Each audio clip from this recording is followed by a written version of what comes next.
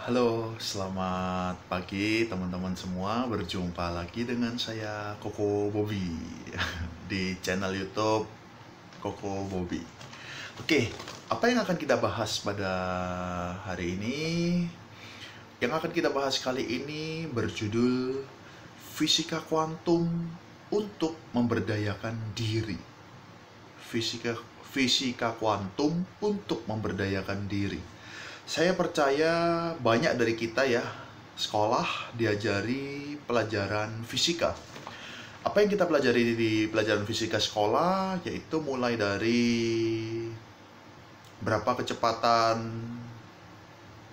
sesuatu benda yang bergerak dengan kecepatan segini ke arah segini, berapa kecepatannya. Terus kalau gravitasi, ada benda dijatuhkan, berapa kecepatan jatuhnya. Ya, intinya mengukur hal-hal yang kasat mata, yaitu yang bisa terlihat oleh mata. Bisa meja, kursi, buah apel, dan lain-lain. Itu fisika yang kita pelajari di sekolahan. Nah, fisika yang kita pelajari di sekolahan itu kita sebut dengan fisika klasik, atau yang ada yang menyebutnya dengan nama Newtonian, yaitu Newton ya. Jadi fisika yang mempelajari hal-hal yang kelihatan oleh mata. Jadi yang lebih besar dari atom. Nah, belakangan ini muncul, bukan belakangan ini ya, sudah agak lama sebenarnya penelitian di barat itu sudah agak lama, tapi ya kayaknya baru booming di Indonesia akhir-akhir ini aja, yaitu yang disebut dengan fisika kuantum. Nah, kalau fisika klasik atau Newtonian mempelajari hal-hal yang terlihat oleh mata, sebaliknya fisika kuantum mempelajari hal-hal yang lebih kecil dari atom. Dalam fisika klasik dikenal kalau suatu benda, meja, kursi gitu diturunkan jadi molekul, jadi partikel terkecilnya disebut atom. Tapi dalam fisika kuantum, atom itu bukan partikel terkecil. Yang lebih kecil dari atom masih ada lagi, ada subatom. Terus akhirnya ditemukan yang namanya kuantum atau kuanta. Nah, ini yang membedakan fisika kuantum dengan fisika klasik. Nah, fisika kuantum banyak digunakan oleh para pemberdaya diri. Karena apa? Nah, nanti kita akan tahu karena apanya ada di belakang. Jadi begini, kalau misalnya tubuh kita ya, manusia seperti saya ini, manusia kalau di breakdown atau diturunkan menjadi lebih sederhana, terdiri dari kulit, terdiri dari daging, dari tulang, dari darah, dari apa. Nah, seperti itu kan. Nah, itu tadi, kulit, tulang, daging itu di breakdown lagi, lama-lama kan jadi atom, seperti yang dijelaskan pada fisika klasik.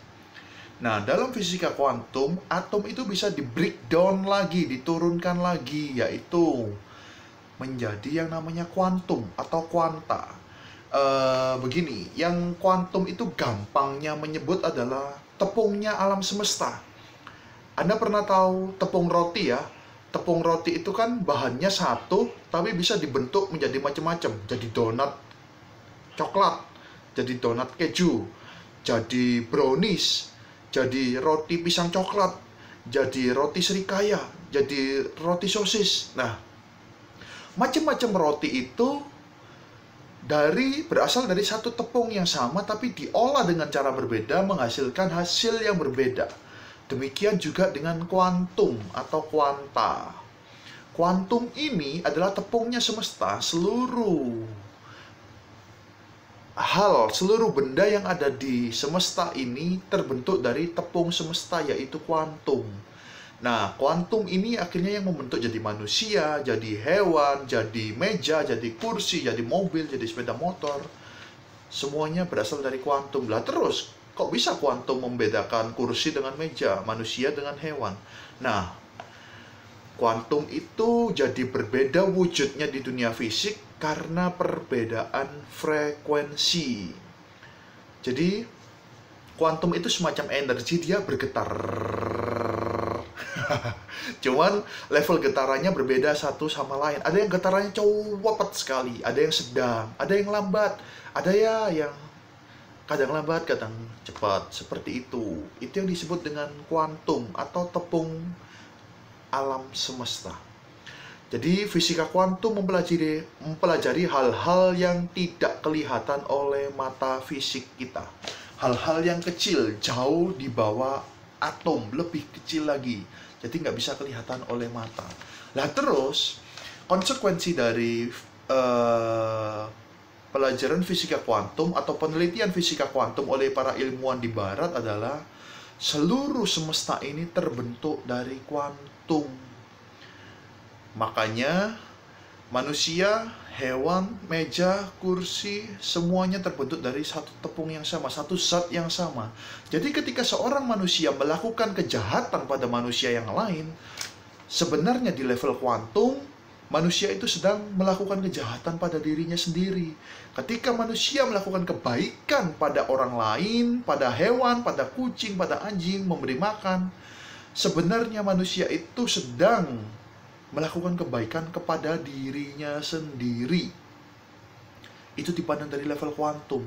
Karena di level kuantum semuanya adalah satu, semuanya adalah sama. Gitu. Nah, makanya nggak heran dalam banyak agama gitu kan, ada yang disebut hukum tabur tuai, hukum karma. Apa yang kamu lakukan akan kembali kepada dirimu. Nah, hal itu dalam level ilmu pengetahuan bisa dijelaskan dengan fisika kuantum ini.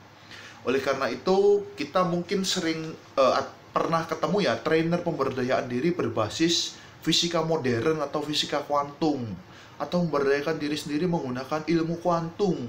Atau Anda pernah dengar kelas online, kelas offline pemberdayaan diri, quantum entanglement, quantum connectedness, atau apapun itu. Ya, banyak yang menggunakan kata kuantum karena ya itu tadi.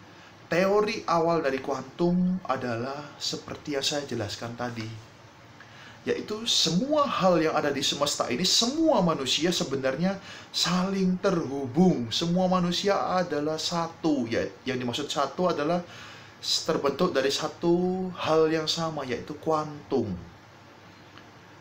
Jadi kalau kita melakukan kebaikan, kita sebenarnya berbuat baik pada diri sendiri. Kalau kita melakukan kejahatan, kita berbuat jahat pada diri kita sendiri. Jadi ini dari versi ilmu fisika kuantum. Nah, nanti ke depannya saya juga kemungkinan akan menjelaskan tentang teori fisika kuantum ini dalam ilmu pemberdayaan diri. Aplikasinya seperti apa dalam ilmu pemberdayaan diri. Jadi dalam video ini saya cukup menjelaskan bedanya fisika kuantum dan fisika klasik atau Newtonian. Dan fisika kuantum ini banyak digunakan oleh para trainer pemberdayaan diri sebagai dasar ilmu mereka. Gitu. Oke, semoga penjelasan tentang fisika kuantum ini bisa Anda terima ya. Mungkin karena baru pertama kali mendengar jadi bingung atau nggak bisa terima, mengada-ngada, tapi memang demikian adanya, jadi ya diterima aja dulu. Ada sih beberapa tokoh-tokoh yang dengan penelitian fisika kuantumnya yang cukup dikenal. Ada Albert Einstein, ada Niels Bohr, ya ada Schrödinger juga. Kalau Anda pengen tahu lebih jauh ya silahkan di googling atau dicari di YouTube juga ada, tapi biasanya kebanyakan menggunakan bahasa Inggris ya. Oke, seperti itu. Semoga penjelasan tentang fisika kuantum ini memuaskan Anda sebagai jalan masuk ilmu pemberdayaan diri melalui ilmu fisika kuantum. Sampai di sini kita berjumpa.